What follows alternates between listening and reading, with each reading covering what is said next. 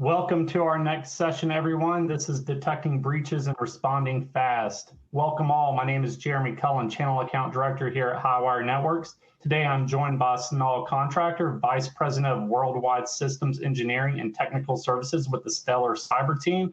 Also, I have Phil Burnett, our Chief Information Security Officer here at Highwire Networks. Thank you so much for joining us today. Today, our goal is to make sure we provide valuable information to the audience. Please, audience, at any time, ask questions during the presentation. This is for you. We will keep this as a high level, technically speaking, and address any questions as we go along. First, we'll go through some slides that Sonal will walk through, and we'll add some comments as needed and answer some questions. But more importantly, then we're going to dive into a live demo of the Open XDR platform for a detailed walkthrough. Again, thank you so much, Phil and Sonal, for joining us today. Thank you, Jeremy. Thank you, Jeremy. So now, if you want, we can go ahead and get started with the slides. Yep, absolutely. Thank you, Jeremy. And yes, today we want to talk about detecting breaches and responding fast with an open XDR platform. So many people in the industry today, right? Most enterprise networks have extensive amount of security, but we're still seeing threats. One of the concerns that many enterprises and customers have today is the amount of time it takes to first detect the breach, second to respond. A lot of that has to do with correlating that entire attack of chain of attack that just happened from not only detecting the breach or the security event, but how it got into the network in the first place and if it exfiltrated any data.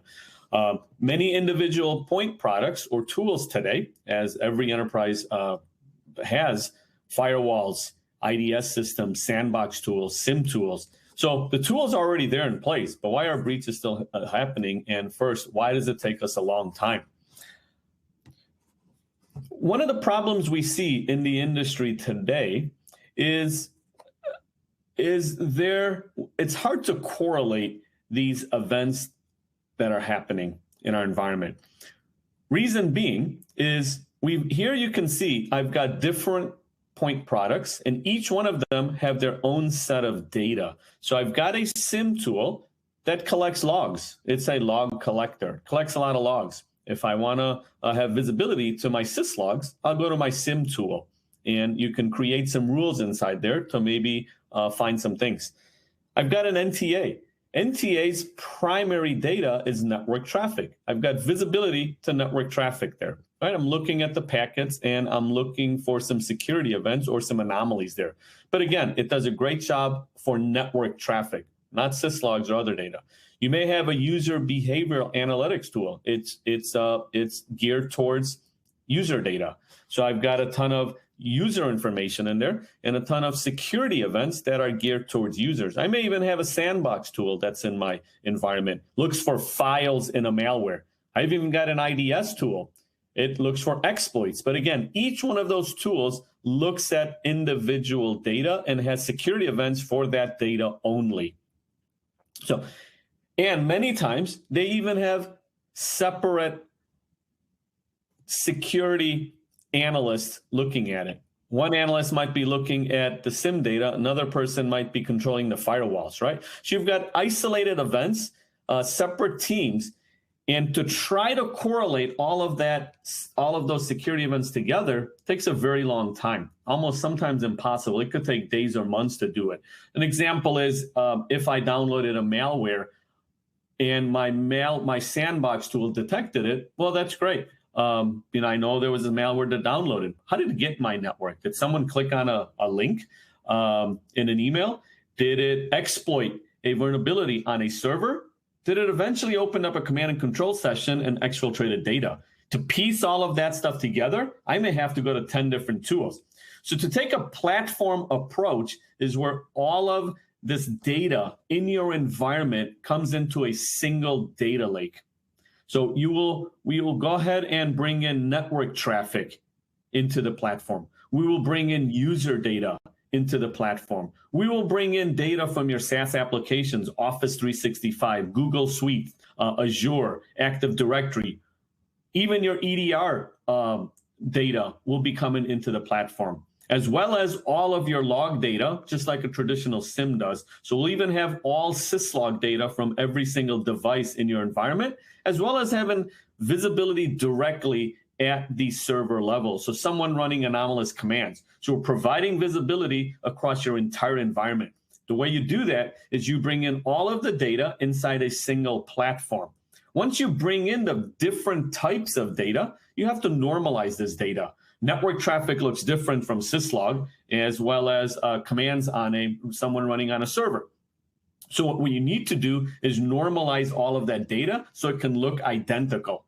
Why is that important? Well, then what a platform will have are various different security tools to look at that common data set. So you might have many security detections that are built into a platform to look at that common data set. So if I'm looking for a brute forcer, I can look at it in network traffic. I can look at it in user traffic. I can even look at it from applications in the cloud. So that same security detection, I was able to look at many different data sources.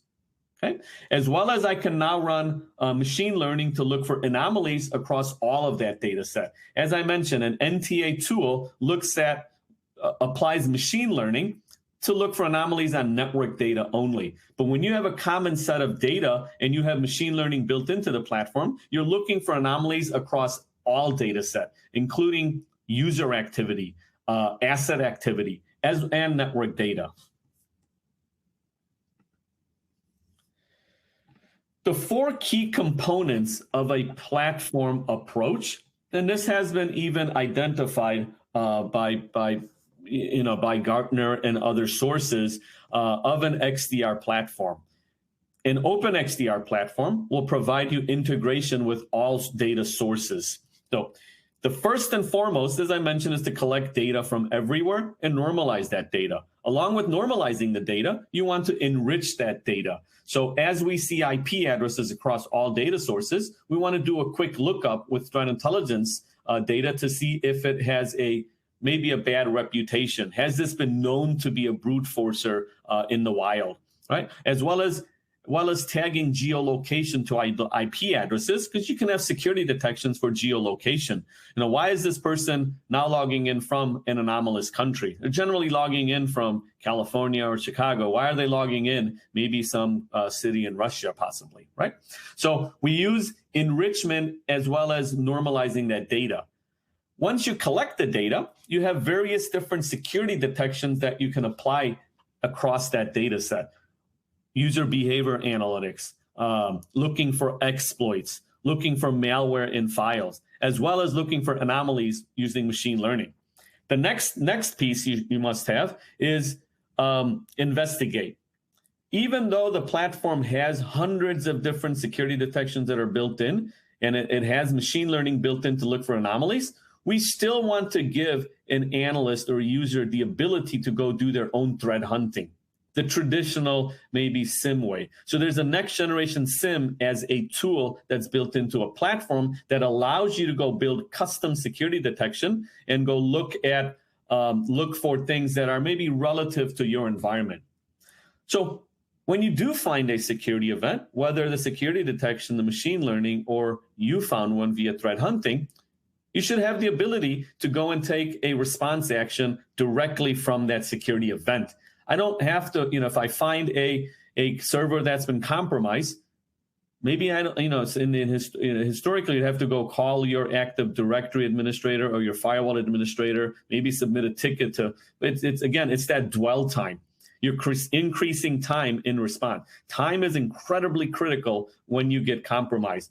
The more time you give to the bad actor, the more data they're going to take. So the platform should have the ability to integrate with your existing tools to take a respond action. That respond action could be creating a firewall rule to block that traffic, disabling the compromised user, or even quarantining that endpoint with the EDR integration.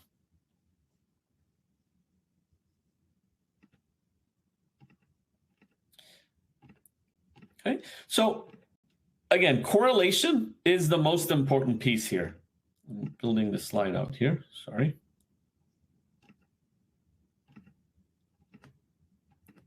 Let's being a bit sensitive for me. So as you can see in this example, we correlated all of the various different security events from that common data set. A CEO gets gets an email, has a URL in it. Our phishing detection will detect that site that he tried to go to had a phishing reputation associated with it.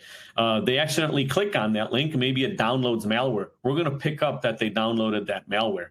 The CEO maybe tries to log into a server at 2 a.m. They've never done that. So our user behavior analytics, applying machine learning to the user, identified it that, hey, at 2 a.m., they tried to access the server.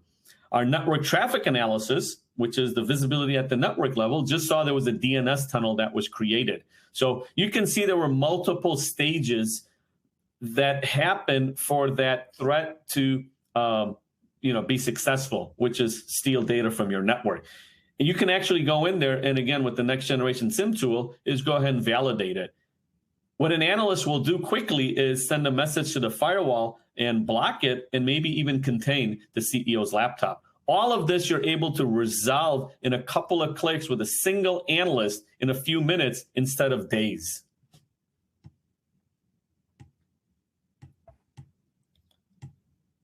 So from a correlation perspective, we can have telemetry in the entire enterprise network and correlate those responses. So here you see the very first bullet is the entire enterprise attack surface. We want to provide coverage in your entire enterprise environment. From a network perspective, endpoint, cloud, identity, as well as your logs. And we talked about normalizing and enriching it. And you can see this graphic that's drawn out, which is the correlation that's happening. And I'll also show you that in a live demo here. But what this showed you is how the event actually correlates with other events that have happened. And then the last piece is to take a response. This is just a quick slide on some of the different data acquisitions, some of the security detections that a platform will have built in. Reporting is important because when you do find a security event, you do want to have the ability to send these custom or standard or compliance reports, maybe even on a daily basis to your CISO. And then that automated response. Jeremy? Yep. So at this point, I'd like to ask Phil a question. You know, when we look at our Overwatch's defense in depth approach, that outside layer, if you would, is that open XDR vendor agnostic platform that Sunil just walked through. Why is that so important for us, so that way we can create that single pane of glass as we're monitoring and becoming that early warning detection system? Sure, and thank you for that presentation, Snehal. It's always fun for me to watch the other side. But basically, to answer your question, Jeremy, is that you need eyes on glass. You need to have it in one area. You need to focus the intelligence and all the feeds that we get through this open XDR. So not only do we look at what the 13 or so intelligence feeds coming into the system, but the system is totally learning from all of the other clients. It's taking anonymized machine learning and the analyst feeds and inputs into it to make it better, right? We're looking, and I say this often, so people that have heard me speak before, talk about looking for a particular needle in a stack of needles. So it's really hard to do what we do because the bad guys are getting better. There was an announcement today that Microsoft just jumped in and stopped a business email compromise and exposed it. 20,000 business email compromises happen per year, and that's just Microsoft. They're not talking all the other ones, right? And that's around $1.8 billion lost due to business email compromise. So when you start at the outside, and I know the onion was an old theory that they talked about the layers of the onion, but what we've done now is we've made that onion smart. We've taken open XDR, we put intelligence in it, put a new DNS in it, and a new type of RNA and other chemicals or whatever in the onion, and we made the onion smart. So I think that's where we're at, but also it helps us in tuning the indications of compromise, right? In the old days, you used to just get a hash. You had to go run a script through your environment looking for a matching hash. Well, now we got a smart robot doing that for us. all we got to do is guide it down the path, tune it when it runs out of things to look at, and we're doing this circle of investigation all the time. So having multiple feeds, multiple customers, and is where the advantage is for one single customer, right? Because they're not going to get the advantage of having 100 other partners or customers' data that's anonymized. So it's never shared individually, but the learning, the actual experience, and the analyst learning and every single minute of every day on what to look for and how to respond quick. Because I think the idea is the quicker we respond, the quicker the action is. Because every minute that the bad guy's in your environment, he's finding ways to elevate his permission. He's finding ways to phone home to a new domain. And that's another one we see a lot. We immediately block anything outbound new domains until we've figured out that it's either good or bad. But the analyst works with the partner to figure that out, right? As well as bad IPs. We want to make sure, because they're out there, man, there's billions of them, right? And they're out there, and all they want to do is get one footprint, one command and control connection is all it will take. Because they connect successfully out, they get one packet inbound, and then you're in big trouble. Because it only takes a matter of minutes to compromise 400 or 500 servers. So we want to shorten that time using the Stellar built-in tools, using the smarts and training from the analyst, as well as the information, because we're being informed constantly on a shaped and moving environment, which the bad guys are they're masters. Remember, this is their job. If you saw the opening with Mr. Bigman, he talks about this is their business. They actually pay taxes to the countries that they're from, right? China and everywhere else, and over in Europe, and Russia. The bad guys go out, hack, they get 11, 12, $40 billion, $1 million, whatever they steal. They pay that to Putin and others, right? It's a business. So these are state-sponsored, buying military weapons, doing whatever they want to do, but it's all a business. So it's not just script kiddies hacking in anymore. This is actually focused, concentrated bad guys. Really good feedback. And Snell, do you want to add anything as far as that open XDR and vendor agnostic? I know you talked about the different tool points earlier and how we ingest that, but why is it so important to be truly vendor agnostic? Yeah, Jeremy, absolutely. So, to integrate with all existing tools is very important. You cannot take the approach of, I'm going to come in there and let's replace all of your existing tools. It's not going to happen. People have millions and millions of dollars invested already, have training done on it, and they have the tools in place, right? So integrating with your existing tools is important. No one's going to come in and say, well, we can do everything and we're the best at it, right?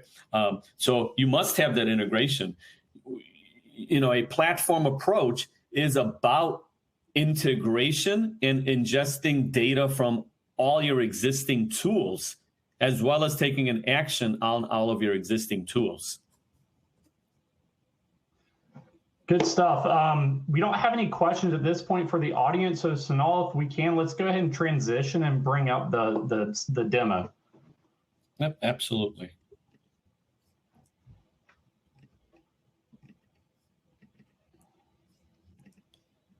So we should be able to see my screen. I believe it's coming up now. There we go. Okay, excellent. Yeah, so what you're looking at here is the console of a SOC analyst or a security analyst here. We talk about responding quickly to threats that are happening in your environment. That should be the goal of the dashboard here.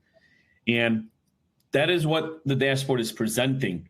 I have millions and millions of pieces of data coming into a platform, but what is critical to me? I need to identify the most critical things and take an action on it first. So if we go down here, I want to look at the most critical security events in the last 24 hours, okay? Which is quite common. All of the security detections are quickly categorized into the cybersecurity kill chain today. So there's two reasons for that. One is to provide coverage across the entire kill chain, all the way from the reconnaissance stage, delivery stage, exploitation stage, installation, command and control, and actions and exfiltration stage. A bad guy has to be successful in multiple different categories here. to eventually steal data out of the network. We only have to catch them in one stage. So if we do miss them in one stage, we've got multiple other stages to catch them on. The second reason to categorize it is for you to identify which security events I need to go address first. Clearly, I've got 18 critical security events in my exfiltration stage. This is data leaving my network. I need to go identify that first. What I also have here on the left-hand side are my most critical hosts or users in my environment, right? Which one has the highest amount of risk? What is the risk? What are the different security detections that were triggered in the cybersecurity kill chain for that particular host? On the right-hand side, I've got the most critical security events that are happening in my environment. Here you can see I've got a ransomware that I've identified in my environment. So how do you identify and how do you parse through the millions of the data that's coming in? One is by applying security detection. Second is by applying machine learning. Let's take a quick example here and take a look at it in my reconnaissance stage. As you can see in my reconnaissance stage, I've got many different security detections. Things from someone trying to scan your network, trying to maybe brute force their way in. Also, maybe even ripping through your website. You know, we could be highwire.com, page 1, page 2, page 3, page 4. We want to see if someone's trying to find some sort of way to get into the environment. They're also going to try to brute force their way in by maybe trying to log in with some script that will go through millions of username passwords. So let's take a look at that here. That's a really good example. Here's an example of, first, a security detection that's going to look for user login failure anomaly.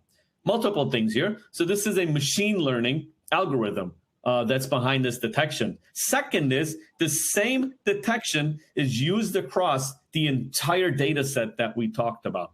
So that whole normalization process of data from various different sources is important because then you can use the same security detection across the data sets. Here you can see we look for user activity in network traffic, SSH, SMTP, FTP, Active Directory, Office 365, your SaaS applications, even multi-factor authentication logs that come in. So a SIM tool, a traditional SIM tool, can take this data in. What it's going to give you is 210,000 login failures. Wow. That's a lot of login failures to go look through. And Sunal, real quick, I had a couple of questions come in. I just want to answer for the audience, and they're kind of one and the same. I had a question come in asking if this is a live production environment or are these live threats? So this is a combination. This is our demo site. I've got live data coming in, as well as I've got folks that are actually generating many security threats here. So in an enterprise environment, no, you're not going to see 50 exfiltration events. You'll see maybe 1 or 2. It's a combination to tell a story here. Great. Thank you so much. Okay. So this is actually quite common here, is to have 200,000 login failures in a large enterprise environment, especially on a Monday. Someone coming in, mistyping a username and password, very common. So what? That's not a threat to me, right? So out of that, how do I narrow it down to who's the actual brute forcer? Right, so you can see here, out of the 210,000, I've got 238 of them were anomalous activities, but 4 of them were critical. So as I scroll down, I can look at the details. I've got the actual security events for that anomalous and critical activity. Many platforms will stop right here and say, here's your security event. We're actually going to take it a step further and allow you to validate it. So as I click on this more information, you can see the user login failure anomaly. This particular user had 1,324 consecutive login failures in a 5-minute window. So we run machine learning every 5 minutes because 9 a.m. after a long weekend, you're going to have a lot more rate of login failures versus maybe at a 2 a.m., right? So at 8:37 a.m., we saw over 1,300 login failures. This is a brute forcer. This is not someone mistyping a username and password. So we're going to give it a fidelity score of 98. That is our confidence level that this is a critical security event. The severity is going to be 45 because they've attempted. This was not a successful login. It was an attempt. We have another stage or another detection that says, was there a successful login after a brute force attempt? That's going to be in the exfiltration stage because now they've successfully got in. So we're going to give different fidelity and severity scores to derive a risk score here. As we scroll down here, you'll see we've got the key fields that were used to identify this particular security event. We had the source IP, destination IP, the number of failed logins, the number of successful logins, what type of an application was it. looks like it was SMB here. Okay, and so what you'll notice. I had a question come in, and I think where you're going on this is going to help answer that. How does this differentiate from another syslog aggregator with a nice dashboard? And I think we can touch on the patented technology with Interflow. Yeah, absolutely. So, and I'll address that right here. So the first thing we mentioned is a syslog aggregator is aggregating syslog and only syslogs. What about network traffic? What about SaaS application? What about the Windows events? What about the visibility down to the server levels, to the commands and stuff? What we're actually doing here is creating this flow record, right? So we've converted we're normalizing it and converting into this record. And we've got these hundreds of different security events and machine learning that's already built in. In a traditional syslog aggregator, an analyst will probably have to go in there and create a bunch of rules, manually create rules. Specifically in user login failure, you can create a rule that says, if I see more than 5 login failures, it's a brute force attempt. Well, I had to go, why 5? Why not 10? Why not 3? Machine learning is telling me for that 5-minute window that this is anomalous activity during that time. And Phil, maybe you can add some comments there as well. Since this is a single pane of glass, where our analysts are not having to go look at multiple different ones, if you would. How does this help our team correlate events that's a lot more different than just a syslog aggregator? Well, yeah, because it's already, like Snehal said, what they've done is enrich the data. So we've already added intelligence, we've added historical purpose and reference, we've added geo information, a lot of other information to it to give us a fidelity and a risk score. And we have risk scores internally that we know historically, and as we learn day by day, which ones have a higher probability of being something that needs to be investigated, right? Versus somebody who just historically fat fingers or password 4 or 5 times every Monday morning. So we learn through machine learning and through reputation, and also user behavior analysis. And we would like to err on the side of notifying the end customer and partner that, hey, there happens to be a spike with this particular IP pair, right? The source and destination, or the failed logins, or anything else that's going on. Because remember, we're looking for the anomalous. We're looking for something out of the ordinary that could indicate the first step. Because as many people know, in the security world, the low and slow is the one that gets you. The guy that comes in brute force and does a script kiddie, runs Nmap, whatever it is, against your firewalls, you're going to see those. Those are noisy. A lot of times they do that, and they're trying to poke a hole somewhere else on a left open session or something, right? So our analysts are paid to pay attention to the little details, the ones that make the difference between something that's typical and something that needs to be investigated further. Great answer. I have another follow-up question as well, Phil, for you. What is the relationship between Phil and Highwire Networks and Snehal and Stellar? And if somebody's interested in XDR, who are they ultimately working with? And this kind of piggyback off of our you plus us approach.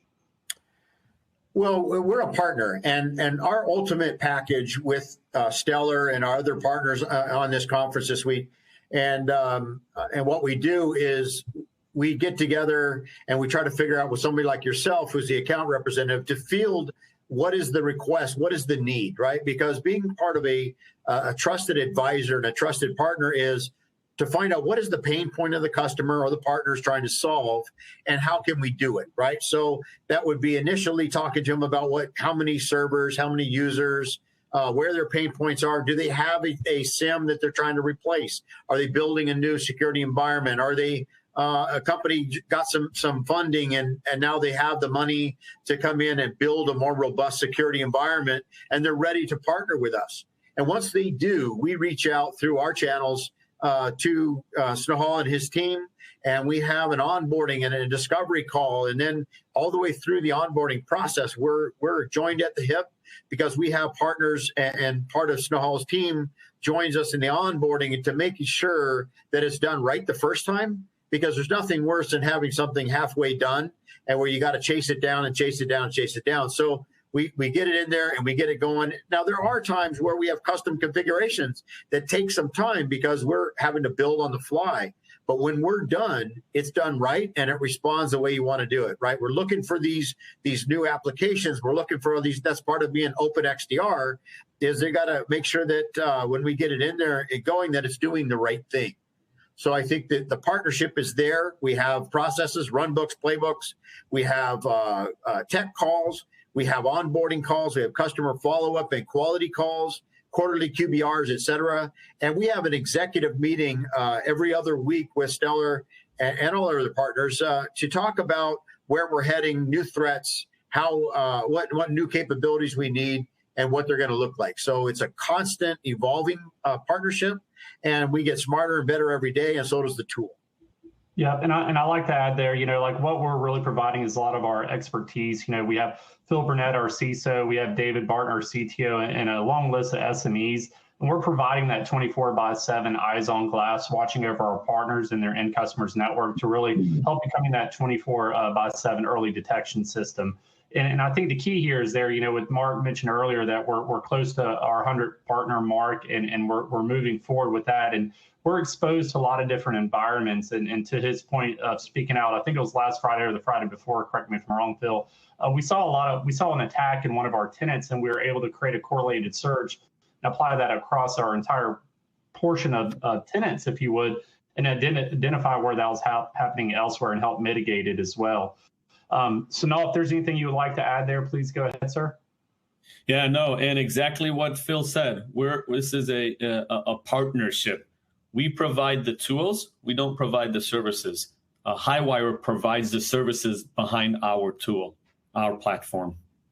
Yeah, and have a follow-up question here as well, guys. How does the system manage data privacy? So now I'll let you address that, maybe around the multi-tenant aspect, and also how we're just storing the JSON minus the payload as well. Yeah, sure. So all data, first of all, in transit at rest is always encrypted. You can't get to the data without the data processor. The data processor has authentication, multiple authentication methods that's built in. So from protecting the data, it's protected inline. It's protected also at rest. Okay. So great question. Just to throw that over to Phil real quick. Phil, can you speak about our data center that we have in the U.S. that is SOC 2 Type 2, and we're going through our own as to station period as well. Is that correct? Yeah, we have our SOC 2 that we renew every year, and we're building and improving that all the time, because as the controls are mandated, we have to test them and build them and implement them, right? So we start with authentication. We want to make sure right people, right time, right access. We want to make sure removing access at the right time. But as well, we want to help the partners and customers with our reporting. We can generate reports saying that, like for HIPAA, that we are monitoring daily, 24/7. We're monitoring the environment. One of the requirements, right? We're responding, we're mitigating, we're working with the partners so that they can mitigate and remediate, looking for things like AutoMox to help with patching. So we're an integral part of a bunch of parts that assist partners and customers in achieving, maintaining, and improving their security posture over time. Awesome, great stuff. And so now we just got a ton of good questions coming in, so I apologize. I'd like to throw this one out there for us as well. Is tell me how a ransomware attack would play out in the XDR solution. Does the XDR do a better job in detecting ransomware than an EDR or MDR? Absolutely. So let me answer that in 2 minutes. I'm actually going to show you an example of that. That probably someone saw that on our dashboard there. So they're probably curious about it. So let me address that. That's the main part of the demo here. But to finish this off is, an analyst was able to quickly identify a critical security event, right? Out of that 210,000 records, which was the anomalous one, actually validate it with this a human readable flow record that told them what the application was, who the user was, and all of that information, right? We even got the username here from it. So once they do validate it, they can, from the same platform, they don't have to call the firewall team, right? They notice there's a brute forcer maybe on the network. They can generate a trouble ticket right from here. So it'll send an email to a ticketing system with all of the relevant data and generate a trouble ticket. They can also take an action to say, well, I'm going to go to the firewall and block this traffic for 5 hours until I figure out what's going on. Maybe I want to go disable the user because the user has been compromised. Or even I can contain that host with our EDR integration. So you can go and quarantine or contain that host. So an analyst was able to see, you can see, quickly identify a threat from the dashboard and take an action on it. So let's talk about the main function here, which is solving that problem of detecting something quickly, which we saw, and as well as what the correlation is. But before I take a quick look at that, I want to show you here that we collected all of the data here. But the other thing is, once we collected the data, you can see we've got hundreds of different security detections that are pre-built into the platform. We've got a security research team here that's writing detections daily. Okay. We've also got malware sandbox that's built in to look for spyware, Trojanware, and things like that. IDS built in to look for exploits, user behavioral analytics that's built in, machine learning for users. You can see here some machine learning examples is Phil comes in at 9 to 5. Why did he log in at 2 a.m.? He generally uses 500 megs of data. He used 2 terabytes today. Was he compromised? Was he used to exfiltrate data? Login location anomalies and things like that. And then the big one here, of course, is the network traffic analysis. This is running machine learning at a network level to look for anomalous activity. So these were the different security detections that are used against the data that we collected. So what does that get me? Here's what it gets me. I identified there's ransomware in my environment. Okay, I'm going to click on more information, and I'm going to validate it. Looks like it was a file. It was a Trojan. Here's the actual file. Sandbox is what detected it, and then all of the other details behind it. But what I can do is pivot off of this host that's in question here. So I'm going to go into this panoramic view. Okay, the panoramic view on the left-hand side gives me all of the security events over time that are progressing for that particular host. Okay, but the more interesting thing is this right-hand side graphic. This is the correlation piece. I've got the device in the middle. And this is very close to a threat that we actually found at one of our enterprise customers. They got hit with ransomware.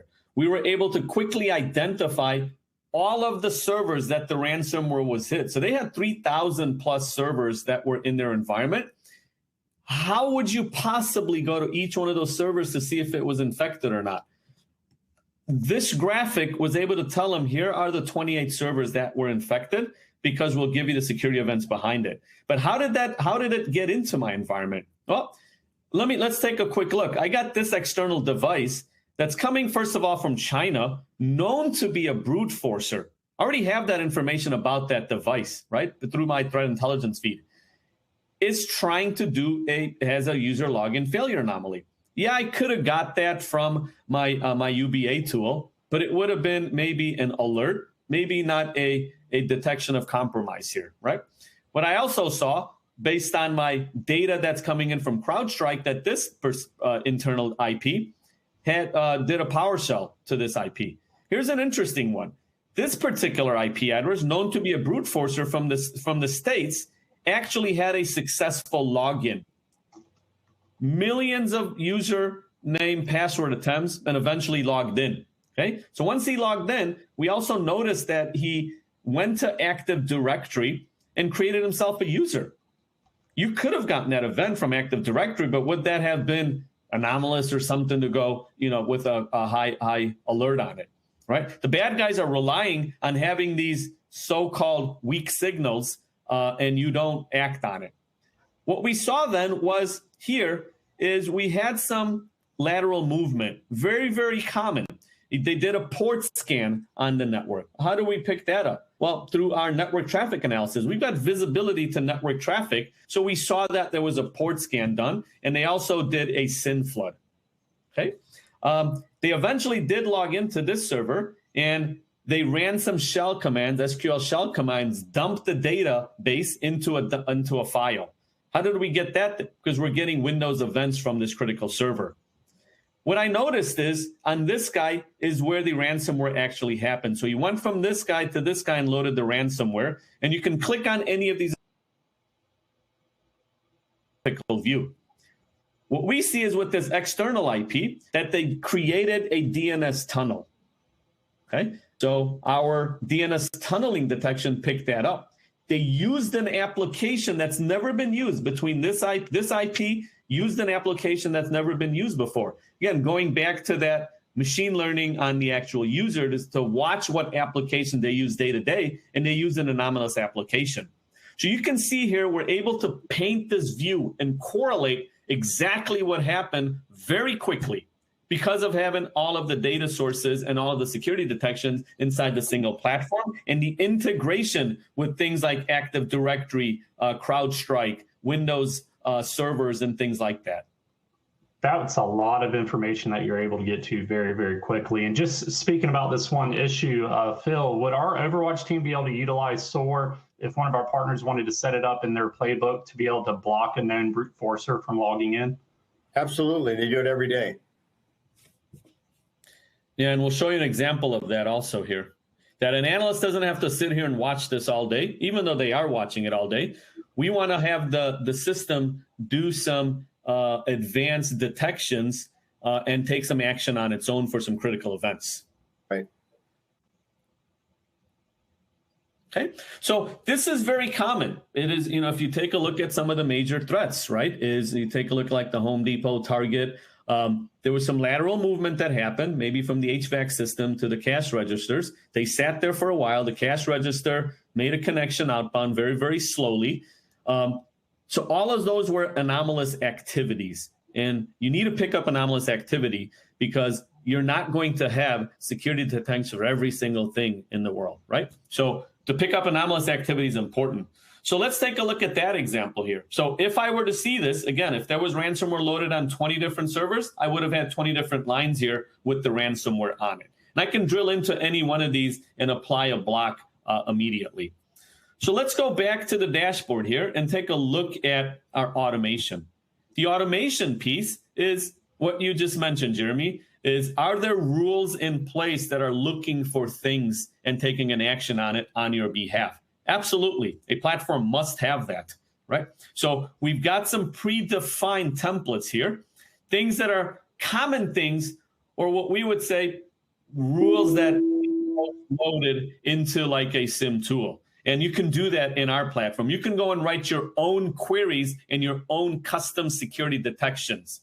Not every environment is going to be similar. So you may want to monitor a critical server. I've got a critical server that's got HR records on it. If I see it talking outside of United States, I want you to immediately block that on the firewall. So let's take a look at the ransomware example here. I'm going to go ahead and look for ransomware in my environment. So I have a template that's looking for ransomware that's going to go ahead and build a query. The query is going to be looked at continuously and see if there's a match. If I do find ransomware in my environment, I want you to go ahead and create a trouble ticket first, but at the same time, go to the firewall and block that. Okay? I also want to maybe disable that user. I can even run a custom script.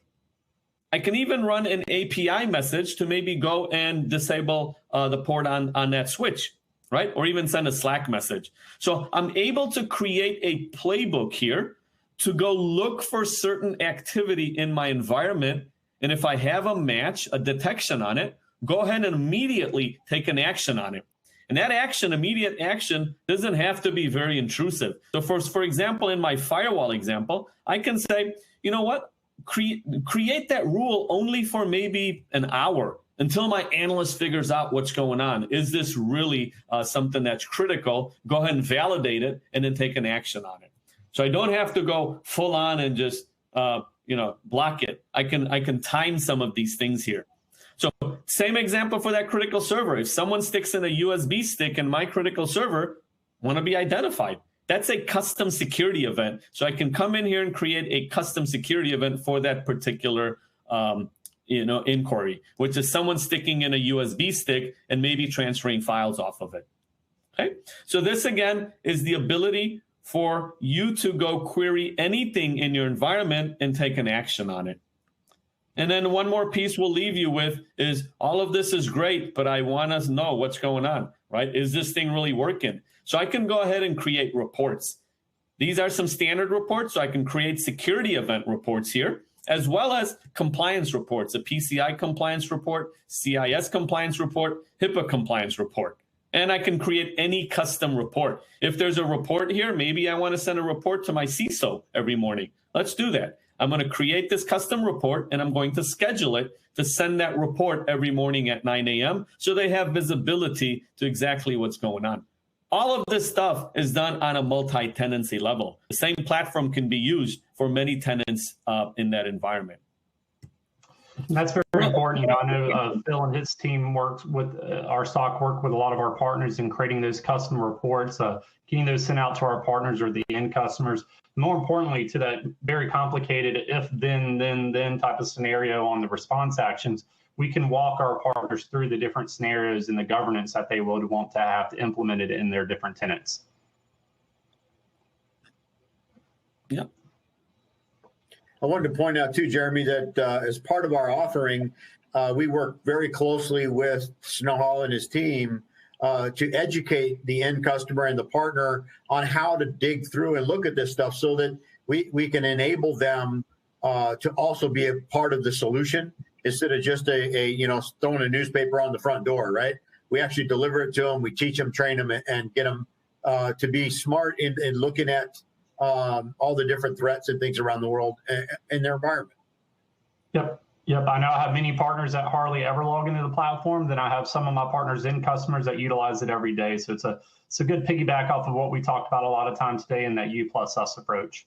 Let me check to see if we have any more questions coming in. Phil, Snehal, do you guys have any closing statements or thoughts you'd like to add out there?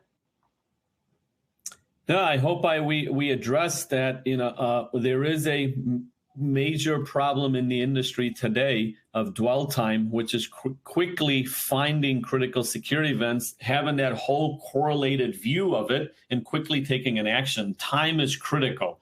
And the goal is to provide that correlated view so you can quickly identify threats that are happening in the environment and take an action on it with built-in security detections that you don't have to go write these rules manually and machine learning that's built in. Yeah, and if they want to see more, we're happy to set up a POC in their environment, happy to work with Snehal and do some more demos. Our sales team can do demos as well. We can talk about their particular case and everything else. Happy to do so. Yeah, please reach out, everybody, if you're not an existing partner or if you'd like to get in touch with one of the partners or just like to do a demo. We are here to help in any way we can. Thanks so much for joining us today. We have another breakout session coming up at the top of the hour. Then at 3 p.m. Eastern time, our CEO, Mark Porter, will have some closing statements, but also we'll be doing the giveaways that we have for everybody in attendance. Thank you so much for joining, Snehal and Phil, and everybody have a great day. Thank you very much. Bye.